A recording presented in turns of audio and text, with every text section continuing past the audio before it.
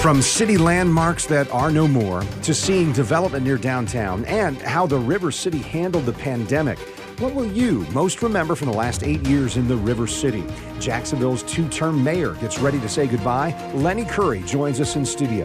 And City Council sees new leadership very soon. City Council President Terrance Freeman talks about his term and what he hopes for as he passes the gavel on This Week in Jacksonville. So glad you're here with us. So in 6 days, the transition will be over and Jacksonville will have a new mayor in place. Lenny Curry is joining us today with 1 week left in his second term as mayor of the city of Jacksonville. Mayor, thank you for saying yes. I know you've been talking to some other people. What is this process like for you as you get ready to say, well, that's the end, putting a lid on 2 terms, 8 years as mayor here in your city? Yeah, it's bittersweet, but it's time. I recognize that it's time. You know, I am for term limits. I think that's a good thing, particularly in these roles and these jobs. But you know, I'm going to miss the people that I've worked with over the years and interacted with on a day-to-day basis. While I'll still be in touch, it won't be the same people every day. So, but I'm ready. I'm sure people are asking, what do you see your legacy being from these 8 years leading the city? You know, I'm not one that thinks about legacy. You know, you do your job and you know, history will figure it all out. But we've done some big things that I'm proud of. You know, one of the big things we did was pension reform, and I'm sure we'll probably get into that. But without pension reform my second year, we wouldn't have been able to do any of the investments we've done over the last 8 years. The budget was crippled with those costs, and that just opened the door for good quality of life investing. Yeah, why don't we stay there for a minute? So many people were, pension reform, that's boring. So I think a lot of people would say, I don't really understand what the issue was. How would you characterize that for folks who don't remember why that was such a big deal? So when I took office, our pension costs were, we had unfunded pension liabilities. Our pension costs were eating up almost a third of our budget. So that means money, hundreds of millions of dollars that could be going to parks and sidewalks and kids programming, et cetera, were going to pension costs. That year before I got into office, the city only had $20 million scheduled for infrastructure. Last year, we did over $300 million in infrastructure. What a turnaround. We would not have been able to do that with pension reform. What pension reform did was, we found a source to fund our pensions, and it freed up hundreds of millions of dollars, close to $1 billion in investments we've made that would have gone to pension costs without that reform. So with the situation back then, 2015, and so you're talking about, hey, there wasn't that much for infrastructure. Was that still because of what had happened in 2008 and 9 in a recession? It had built up for years. There was a number of factors across multiple administrations. Part of it was the economy, but we fixed it with a lot of help. We worked with the police unions, the fire unions, the Florida legislature, the governor. We took it to the voters, and the voters voted on it well over 60%. We put it on a ballot, and here we are. So one big happy family. Yeah, well, sound budgets. And here we are in 2023. Your goals in 2015 when you started. What do you feel like, yeah, I was able to accomplish those things on the list, and what maybe remained, boy, I wish we'd gotten to that and we weren't able to? Yeah, so police officers had been cut prior to me getting into office. That was one of my first campaign promises, and we've added, gosh, I think my first 2 years, we added about 147, 150 police officers. We've added even beyond that. I was glad that we fulfilled that promise. We were able to prepare downtown for investment by getting the landing back in city possession, knocking it down, preparing it for development. Same with Old City Hall, Old Courthouse. Same with the old Berkman Garage. You know, we cleaned up a lot of the mess that was downtown. For development, I wish that some of that development would have started while I was in office, but it's prepared now, and the next administration and the next city council will get to see it through, and I'm looking forward to seeing it and celebrating it with them. Yeah, those critics would say, oh, Mayor Curry, all he did was, you know, knock things down. But that has to happen in order to take those next steps, right? But in the previous years, the stuff just set, right? It was just how long was Berkman 2 up? It was just rotting. Long time. That's right, that's right. And then I'm very proud of, you know, we created the Kids Hope Alliance to serve children in our community, and I'm proud of the investments we made throughout our city. Stuff that had been neglected for years. Sidewalks, parks, road resurfacing, stuff that, again, not sexy stuff, but when it's neglected, it catches up with you. Yeah. So here's something that everybody in Jacksonville is talking about because the Jaguars are doing these huddle meetings the last week or so. Here, by the way, is there a mayor in any city, anywhere in America who loves football more than you? I don't think so. I don't think You so. are a huge football fan, but beyond being a fan of the team, help us understand why we're where we're at with the Jaguars and why this negotiation that's coming up in the next mayor's term is going to be so important. So the team leases the stadium from the city. The city owns the stadium. That lease expires in 2030, which is not that far out. That's 7 years out. And we are, I believe, one of the last stadiums that hasn't had either a complete rebuild or major renovation in years. It's frankly outdated. So in order to renew the lease with them, negotiate with the team, you got to have a stadium deal. And it's got to happen soon, because cities that have waited till the last minute where the lease is up and they start negotiating have lost teams. You don't want, and I'm not suggesting, we're not going to get there. That's why this has to happen now. That's the city's view, at least while I'm in the city. That's the team's view. I've talked to the mayor-elect, I've seen her remarks, and from what I've heard her say, they understand how important this deal is right now. Yeah, a lot of focus has been on, well, what's the cost going to be to taxpayers, to the city? How would you explain that for folks who maybe aren't football fans and maybe they need a nudge on whether or not this is important money to spend? Yeah, well, it's about football, but it's not just about football. It is about a brand, having an NFL team here in Jacksonville. It's about a new stadium, the ability to attract other sporting events, to attract collegiate sports, to attract other entertainment into a beautiful venue. So it's necessary. It'd be a major blow to Jacksonville to not work a deal with the team. And I would say to people, the cost to taxpayers. Some people have said, well, why doesn't the owner just pay for the whole thing? Well, if the city and the owner and the team reached a deal, it still has to be proved by the NFL. The other owners have to approve this. Yeah. And the other owners are looking at what similar markets do. Right. Buffalo and Nashville are current new stadium deals. They're similar markets to us.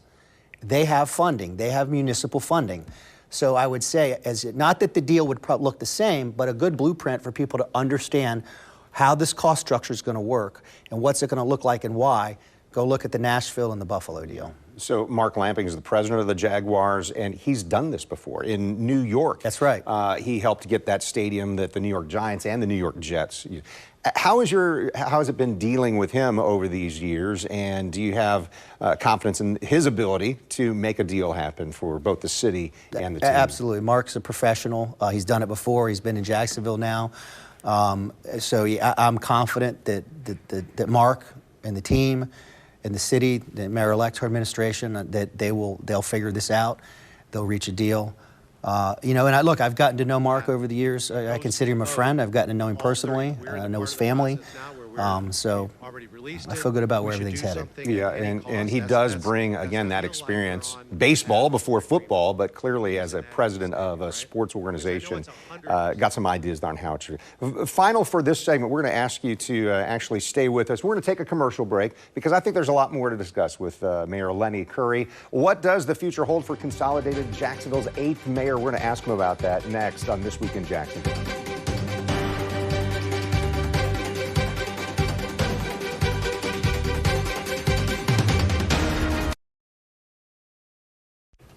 You're watching This Week in Jacksonville with Kent Justice. Thanks for staying with us today. Here for our second segment, Jacksonville Mayor Lenny Curry.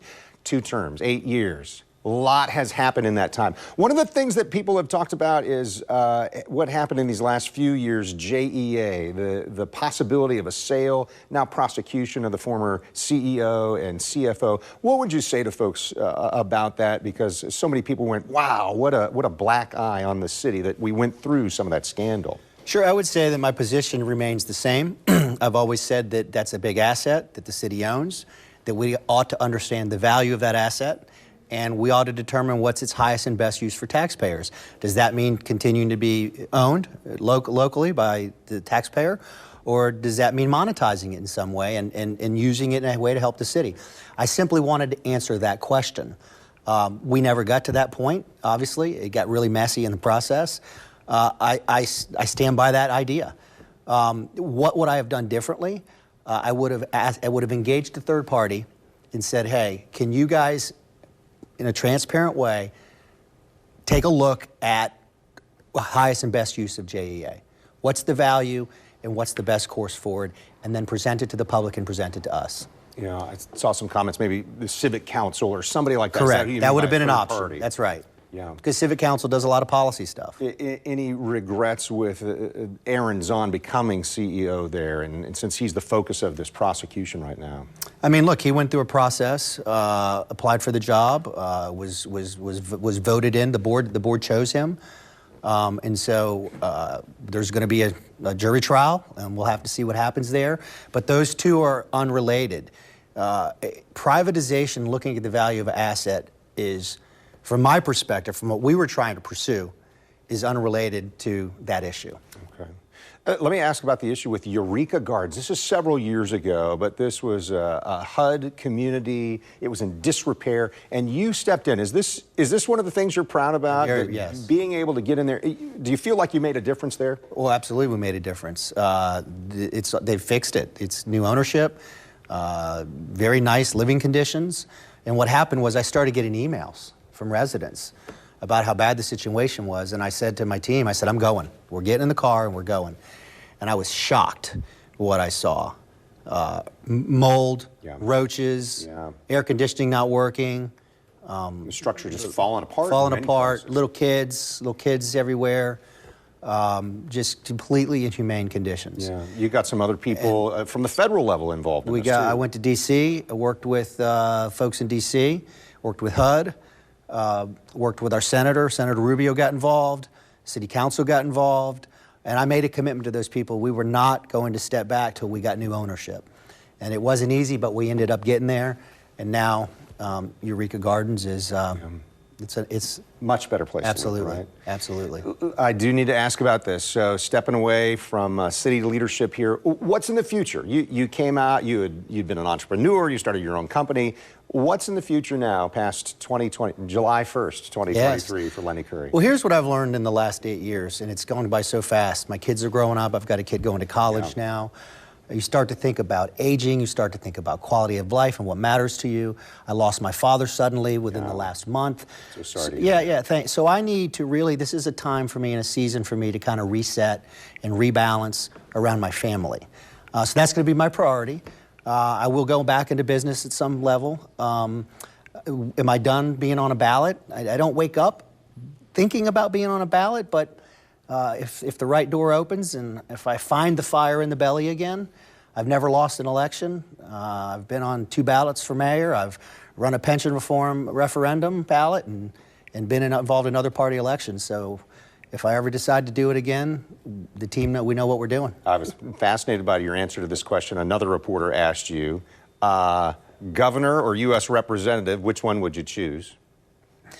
All of my experience is as an executive, both in the private sector and now, I've been mayor for 2 terms. I was chairman of the state Republican Party. Right. I was chairman of the local party, so those are executive roles. Would I definitely say I would never be in a legislative role? I mean, you never say no, but I don't see that at this point. I don't see the fire coming at that right now. Yeah, it's tough to campaign. I mean, it's tough enough to lead, but that whole campaigning thing you've got to do in order to be elected and get into office. And you got to have the fire in the belly. Look, there are some people that choose to be career public servants, and that's okay. They always want to be in office. That's not me. So the only way you'll see me on a ballot again is if I'm hungry and I'm burning to do it for the right reasons. Right. And maybe when I get home and I reset around my family, get balance again, find some answers. Maybe that fire comes back. Well, last thing, you're a University of Florida fan. Aren't you a Gator? I am. Aren't you a Gator fan? And I understand your son's going to Florida State. Is that hard? Is that going to take some time? It's okay. It's okay, right? We love our children and we want to, I'm sure I'll be at Florida State football games. Right, exactly. I was a few years ago. Suddenly my son said, I'm going to Florida State. I'm a Florida State fan now. Mayor Lenny Curry, thank you so much. Appreciate the time. Thanks for walking through these last 8 years and telling us what's in the future. Thank you. Appreciate Jacksonville, too. All right, well, staying with local leadership, we're visiting with Terrance Freeman when we come back, the outgoing city council president, next on This Week in Jacksonville. And if you're only joining me Sundays for This Week in Jacksonville, you're missing out because you want to be sure to subscribe to my weekly Twidge newsletter. You head to news4jax.com/newsletters and then click to sign up under This Week in Jacksonville. We'll be right back.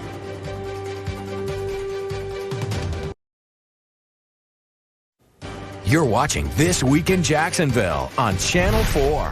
As a new mayor takes office, the president of city council passes on the gavel. So Terrance Freeman is with us today. President position is for a single year. So what do you see as the biggest accomplishments in this last 12 months? Well, Ken, thank you for having me here. And this year has been an eventful one. But we were able as a body to stay focused on doing the work of the people. And there were several key things that we accomplished this year. One, my big initiative, which was dealing with workforce development, JUMP, Jacksonville Upward Mobility Program, which is a one-of-a-kind, first-of-its-kind apprenticeship program that's creating career pathways that's going to have millions of dollars going towards that to introduce to kids, partnering with Kids Hope Alliance, and I'm so grateful for their work, to jobs that lead to careers. And it's something that I get the pleasure of doing every day in my everyday walk of life working for Miller Electric, where we seek to attract students. When we attract them, we want to develop them, amplify them, and then retain them. So you said something in that I thought was interesting. So jobs that lead to careers, there's a difference between a job and a career, isn't there? Absolutely. It's hope. In so many cases in the communities that I have the privilege of going into and bringing awareness about the trades, when I would ask kids time and time again, what is the one thing that you think would break this cycle that you're in? They would say it's a job. And I said, well, what if we can take it a step further? What if we can get you skills that not only one day you'll get the training to be an electrician, but now you'll get the certification to own your own company and chase this entrepreneurial spirit. So that might be something that young person has never thought was a possibility, right? It's the first, and I tell you what, I'm excited every day to wake up and get a chance to meet new faces and share that message with them. Yeah. So we're talking a little bit about your term for 1 year as council president, but you just won your re-election campaign this spring. You earned 65% of the votes. So what's your goal in the coming years as a continuing member on city council? Well, when I answer that question, I always start with this. I feel like the toughest thing for me is to make sure that I don't lose the trust of the people that have placed it in me. And this second election has really proven that if you start with love, if you're willing to meet people where they're at, to genuinely listen, be an active listener, and try to come back with a solution, whether sometimes this is the best I can do or we can finally complete a task, they appreciate that. And I think that, and I want to thank the voters for their trust that they placed in me. It is something that I do not take lightly. I've always viewed my service on the council as a ministry. It's not a job for me. It's not something that I'm looking for the next move. It is something that every day I'm present and I actively wait for the next phone call, anxiously anticipating how I can serve someone else. And so you just called it ministry, but you also said service. That's what you're thinking of when you say it's a ministry. Hey, it's a chance to serve. Absolutely. Mother was a social worker growing up, full-time. My father was a pastor. My brother's a pastor. That's all I've ever known is service. It's a part of my DNA. And to get a chance to do it on behalf of the citizens of Jacksonville, man, there's no greater experience. Let's talk, change focus a little bit here. New lease agreement with the Jaguars, renovating the stadium. I mean, these are huge issues for the city, and it looks like there's going to be a huge bill attached as well. What do you expect to happen here as negotiations ramp up? I'll tell you what, I expect a very robust conversation. And if you've had the pleasure of watching... One way to put it, robust conversation, If you've watched our committee's discussions over the week, you can see that this council, and I'm so confident and excited about the leadership of our incoming president, Ron Salem, a very detailed-oriented individual. I think what we learned in the processes that have taken place in the past is that you just can't show up with a product that's finished and say, here, city, embrace it, love it, trust us. The citizens have told us time and time again they want to be a part of this discussion actively as it's going. And so that's what I foresee. But I know that our incoming council president is going to lay out a plan that is going to be transparent. And I look at what the Jaguars have done with their huddles, and they're taking their message to the community. I haven't had the pleasure of meeting with Mayor-elect Donna Deegan, but I do believe once I have a chance to meet with her that we will start hearing what her plans are and her team's plans are. But everyone, I believe, is doing the right thing, doing it open, doing it transparent, ensuring that we're giving our citizens a voice in this process. Well, we're watching video of some of those Jaguars huddles that we've seen. There was like 14 over the course of a couple of weeks. How do you feel about that perspective where Mark Lamping and the team are saying, hey, public, we do want your questions, we want your concerns, we want to talk with you? I appreciate it. I think that is a good foot forward in saying that we want to bring this process to you. I think that time will tell. I think time will tell at the end of this process what we're seeing up front. Will it look the same on the back end? And what I am very confident is going to happen is that as those conversations take place, if and when those changes may come, the citizens are going to have a front row seat and they're going to have a voice within that process. Maybe final topic in our live show here today, but final 1 minute. Is council stuck or is the city stuck when it comes to this Confederate monument stuff? I know that it's been years that there's been discussions. Do you feel like there's any progress in the future on that issue? Yeah, I'm a guy that's a glass half full. And I'll tell you, Ken, over the last couple of years, just listening to the debates, I do believe that this is an issue that as a city, we can resolve it. When you listen to the resounding voices that have approached us, you have some that say they wanted to stay up. You have others that say they want it down. Then you have those that say we don't want taxpayer dollars being used to keep it up or take it down. In the midst of that conversation, there is a solution. The complicated part becomes when you're looking at this process, that is a city asset. So it's not as if, you can just unilaterally as a council just go and move it. There is a legislative process to do something like that. Yeah. And so I believe that those conversations will continue.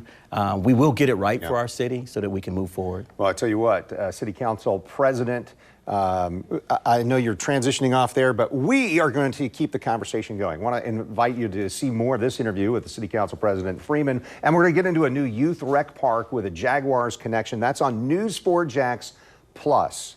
All right, thank you so much for being with us today. You can find us every week here on Channel 4 and This Week in Jacksonville.